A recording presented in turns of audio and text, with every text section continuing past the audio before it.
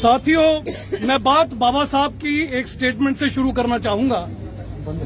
जब बाबा साहब SC/ST की लड़ाई लड़ रहे थे, अंग्रेजों की हुकूमत थी, तो ये तथाकथित ऊंची जाति के लोग बाबा साहब को देशद्रोही कहते थे, एंटी नेशनल कहते थे।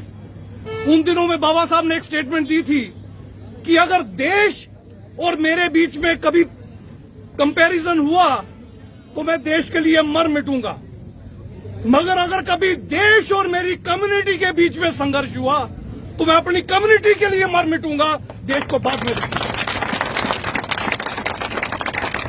उसके बाद संविधान आया और संविधान में हमें हक हकूक मिले, लेकिन बड़े अफसोस के साथ ये कहना पड़ता है कि बाबा साहब की दूसरी स्टेटमेंट जब आप सुनेंगे तो आपको पता चलेगा हमने गलती कहां कर दी।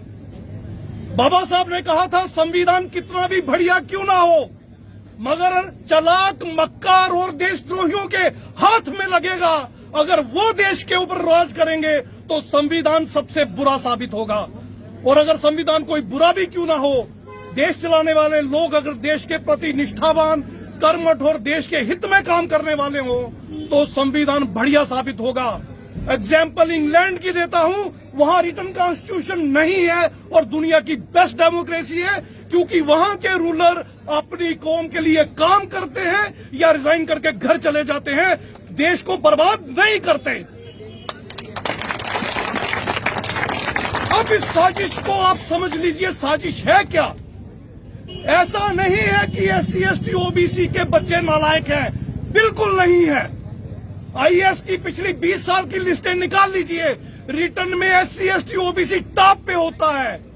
250 नंबर होते हैं इंटरव्यू के, और इंटरव्यू के मेंबर जो होते हैं, इंटरव्यू लेने वाले, वो होते हैं अपर कास्ट के।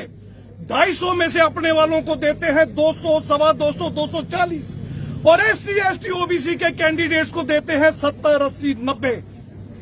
साथियों, IAS तो एक एक पॉइंट पे जाता है, एक एक नंबर पे जाता है, एक एक नंबर में हजारों स्टूडेंट रह जाते हैं। इस तरह से हमें पछाड़ा जाता है। तो रिजर्वेशन की जरूरत इसलिए हमें पड़ी। रिजर्वेशन में वो बाहर हो जाते हैं तो कंपटीशन हमारे बीच में हो जाता है। कम से कम जो भी निकलता हमारे घर से निकलता है, ये हिस्सेदारी हमें मिलती है। अब साजिश क्या रची है GD शर्मा साहब ने? रिटायर्ड जस्टिस GD शर्मा साहब, जो RSS के इशारे पे, भाजपा के इशारे पे, हिंदुत्ववादी संगठनों के इशारे पे, बैकवर्ड क्लासेस कमीशन की रिपोर्ट पे काम कर रहे थे, जिनको शायद अपना बेटा हाईकोर्ट जज बनवा रहा है कि उनकी क्या इंटरेस्ट है। उनकी साजिश को समझिए। अब वो SC/ST OBC तीनों वर्गों में अपर कास्ट को घुसेड़ रहे हैं। अब क्या होगा? अब जब लिस्ट बनेगी, जनरल वाली सीटें भी वो ले जाएंगे। SC/ST OBC की सीटों में अभी जो मैंने आपको बताया, रिटर्न में आप जितने नंबर मर्जी ले जाइए, इंटरव्यू में आपको दूध में से बाल की तरह उखाड़ कर बाहर फेंक दिया जाएगा। और सारी सीटें किसको मिलेंगी? 3, 4, 5 या 6%, 6% अपर का 100 कार्ड लोगों के बच्चों को मिलेंगी। और हमें क्या मिलेगा? हमें क्या मिलेगा? मैं याद दिलाना चाहता हूं, जब 5 अक्टूबर को जहां पर 19 में 370 और 35 वाला मसला हुआ, आपको पता है 6 महीने तक अखबारों के पूरे पेज पे क्या आता था? OBC के लिए बड़े बड़े वादे, SC के लिए बड़े बड़े वादे, ST के लिए बड़े बड़े वादे। और हम आप सब लोगों को आगाह कर रहे थे, लगातार प्रेस कॉन्फ्रेंसेस कर रहे थे, लगातार एहतजाज कर रहे थे। हम सबको चेता रहे थे, ये आपको धोखा देंगे, ये छलेंगे आपको, आपकी आने वाली नस्लों को बर्बाद करेंगे। आप देख लीजिए, OBC को 2% मिलता था, वो भी नहीं मिल रहा। उसमें भी इन्होंने अपर कास्ट घुसेड़ दिया, अब कुछ नहीं मिलेगा OBC को।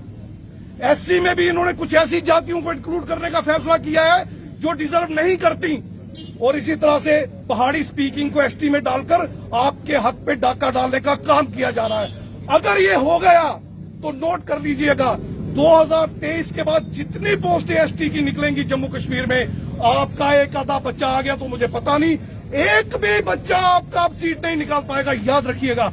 ऐसा नहीं आप नालायक है, मैंने बता दिया आपको, उनका षड्यंत्र है, क्योंकि सिलेक्शन कमेटियां उनके हाथ में है, इंटरव्यू उनके हाथ में है, लिस्ट वो निकालेंगे, आप जो करेंगे उसका फल आपको नहीं मिलेगा। तो ज्यादा वक्त मैं नहीं लूंगा, इस साजिश को घर घर जाके समझाइए, हम उनकी लड़ाई लड़ रहे हैं जिनको अभी समझ भी नहीं आई, जिनको अभी ये बात पता भी नहीं चली आरक्षण होता क्या है। अरे भाई 100 अफराद हो और 100 रोटियां हो, सबको एक एक मिलनी चाहिए, यही रिजर्वेशन है।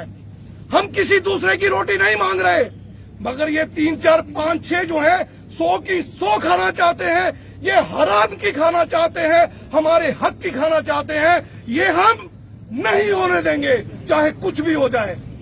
माइनॉरिटी एकजुट है, अब हम एक प्लेटफॉर्म पे हैं, अब इस देश की सत्ता हिलेगी, शासन भी हम छीन लेंगे, प्रशासन भी हम छीन लेंगे, जुडिशरी पे भी हम अटैक करेंगे, जुडिशरी भी छीन लेंगे, और मीडिया भी हम अपना खड़ा करेंगे।